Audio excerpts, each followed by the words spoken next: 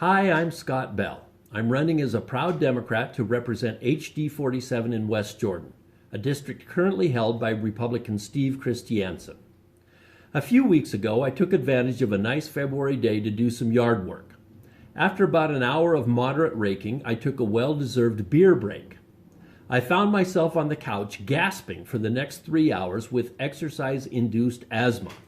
I thought, this can't be good for us, and I fired off a post on my campaign page. I also began thinking about my 2-year-old grandson. I'm old, so it won't be too many years before I kick the proverbial bucket, but my children and grandchildren face serious consequences if we don't get our environmental act together. I thought, what can I do about it? And what will I do about it when I get to the Utah legislature? In late 2019, I almost single-handedly pushed the West Jordan City Council into opting into HB 411, the 2019 Utah Community Renewable Energy Act that allows communities to get up to 100% of their electric power from clean energy sources by the year 2030. The City Council had not even considered the idea until I pushed it onto the agenda in December. And in the very last session of 2019, literally the 11th hour of the deadline for the city to opt in, they voted 4-3 in favor of HB 411. Our most pressing need in Utah is air quality along the Wasatch Front. In general, Utah needs programs that promote the heating efficiency of Utah buildings, encourage electric and hybrid vehicles, and incentivize solar power and other forms of green energy. This includes installing state-sponsored or private charging stations for electric vehicles around the state, but especially along the Wasatch Front.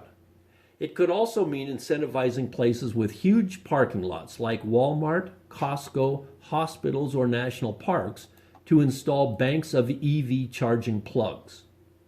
EV charging plugs along the Wasatch Front are necessary, but what about when you travel in more rural areas of Utah?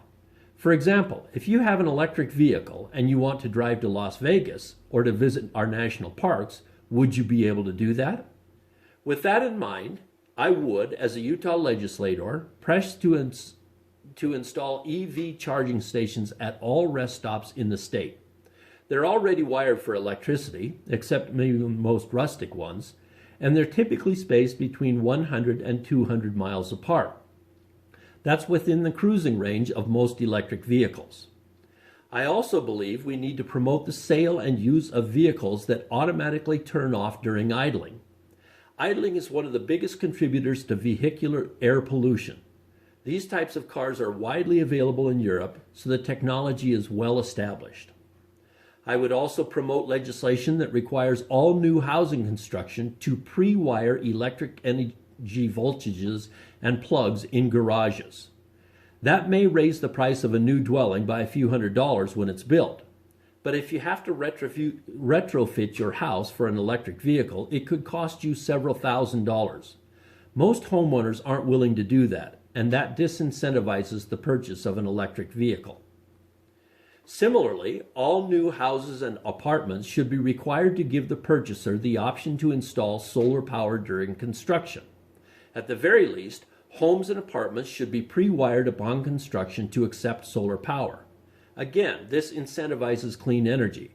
It's much cheaper to install wiring or full solar systems during construction, not after. Environmental quality isn't just about clean air along the Wasatch Front. It also means protecting our water systems like the Great Salt Lake and Bear River.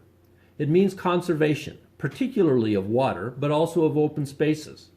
It means protecting our federal lands from overgrazing, unrestricted oil and gas drilling, and land grabs by Utah legislators. And it means taking global climate change seriously. These are problems that require long-term innovative thinking, not Band-Aids. I'm Scott Bell. I'm running for HD47 in West Jordan, and I take global climate change and Utah's environmental quality seriously.